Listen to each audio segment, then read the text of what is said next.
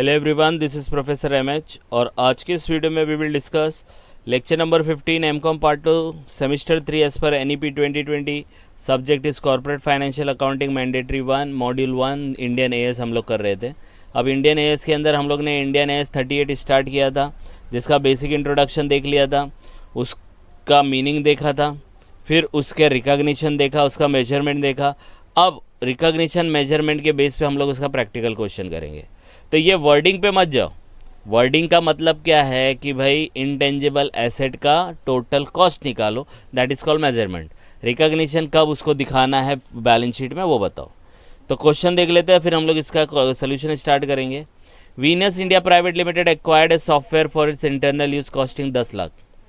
10 लाख का सॉफ्टवेयर खरीदा, तो सॉफ्टवेयर इज इंटेंजिबल एसेट, बराबर है, क्योंकि आइडेंटिफाएबल है, दूसरा फिजिकल प्रेजेंस नहीं है इसका। तो इंटरनल कॉस्ट में 10 लाख में ख़रीदा, 10 लाख में से 6 लाख इमीडिएटली पे कर दिया और 4 लाख 1 साल के बाद पे करेगा। फिर बोला अदर एक्सपेंडिचर और परचेज टैक्स 1 लाख, फिर दूसरा entry tax 10% recoverable, legal fees इतना, कंसल्टेंसी फीस उतना, कॉस्ट ऑफ कैपिटल 10% दिया है। Calculate the cost of software on initial recognition using the principle of Indian as 38 intangible asset. तो ये क्वेश्चन है, तो देखो दिया है ना, एकदम इजी दिया, calculate the cost of software. तो सॉफ्टवेयर को यूज़ करने से पहले पहले जो भी खर्चा आएगा सब उसका है, तो ये सबको ऐड कर दो जितने भी अमाउंट दिए, तो आपका कॉस्ट निकल जाएगा। तो यही तो करना है। तो क्या करने का, यहाँ पे सोल्यूशन है, लेकिन उससे पहले हम लोग एक बार देख लेते हैं। ये देखो हम लोग ने किया था cost of separately acquired intangible asset में क्या क्या आएगा, तो उसका परचेज प्राइस लेने का, इंपोर्ट ड्यूटी लेने का, नॉन रिफंडेबल परचेज टैक्स लेने का। रिफंडेबल है तो नहीं लेने का, नॉन रिफंडेबल होना चाहिए। फिर डायरेक्ट एट्रीब्यूटेबल कॉस्ट है, जैसे cost of employ benefit, professional, legal fees. फिर ये वाला पार्ट नहीं आता, नया गुड्स, नया लोकेशन, नया कस्टमर के साथ, और दूसरा ऑफिस के खर्चे नहीं आते।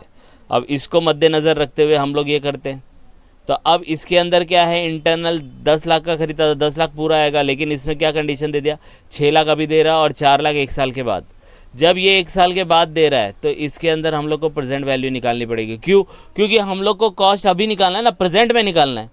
ये फ्यूचर की बात हो रही है, तो ये फ्यूचर को आप प्रेजेंट पे लेके आओगे, फ्यूचर को प्रेजेंट पे लेके आओगे। तो कैसे होएगा, तो आप लोग क्या करते हो, 6 लाख प्लस 4 लाख 10 लाख, नहीं 6 लाख तो लिखोगे, 4 लाख फ्यूचर का है, तो फ्यूचर को प्रेजेंट में लेके आओ ना। तो प्रेजेंट में लाने के लिए क्या करने का, पीवी फैक्टर करने का। और पीवी फैक्टर का फॉर्मूला पता है ना, 1 डिवाइड बाय 1 पॉइंट, पॉइंट के बाद क्या करने का, जितना परसेंटेज दिया होगा। तो देखो कोई परसेंटेज दिया होगा, तो कॉस्ट ऑफ कैपिटल कितना है, 10 है, तो 1.10। तो ये 1 साल है तो 1 ईयर होगा। फिर 1 डिवाइड बाय 1.10 के है ना, इक्वल दबाने का, 1 साल का होएगा। तो जो भी फ्रैक्शन आएगा वो फ्रैक्शन को 4 लाख से मल्टीप्लाई करने का, तो उसका प्रेजेंट वैल्यू आ जाएगा। ठीक है, मैं आपको इसको लॉजिकली एक्सप्लेन करूंगा। तो लेट्स स्टार्ट विद क्वेश्चन। ये रहा, तो इसका सोल्यूशन देखो, यहाँ बनाया आंसर, ये रहा। पहला कितना कैश पे किया, 6 लाख, तो पूरा 6 लाख लेने का। फिर ये देखो 4 लाख है, 4 लाख डिवाइड बाय 1.1 वही होता है, 1 डिवाइड बाय 1.10, तो डिवाइड करेंगे तो इतना आएगा। अब ये क्या है ना, 4 लाख आपको फ्यूचर में देना है 1 साल के बाद, लेकिन आप तो कैलकुलेशन अभी कर रहे हो ना, आज में कर रहे हो।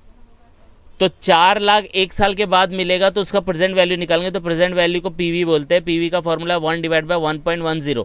10% बोला नहीं, जो परसेंटेज दिया होगा ना, कभी कभी कॉस्ट ऑफ कैपिटल आता है, नॉर्मल रेट ऑफ रिटर्न आता है, कुछ भी आता है, 10% ले लेने का। अब 10 है तो 1.10, अगर ये 9 होता तो 1.09 लेने का। आ रही बात समझ में? अब देखो आप कैलकुलेटर पे ले लो, मैं इसको आपको कैलकुलेट करके बताता हूँ। अब देखो एग्जाम्पल के तौर पे यहाँ पे 4 लाख है, 4 लाख मैं इधर लिखता हूँ, देखो लिख दिया, ये 4 लाख है, ये 4 लाख आपको 1 साल के बाद मिलेगा। तो आप क्या करोगे, 4 लाख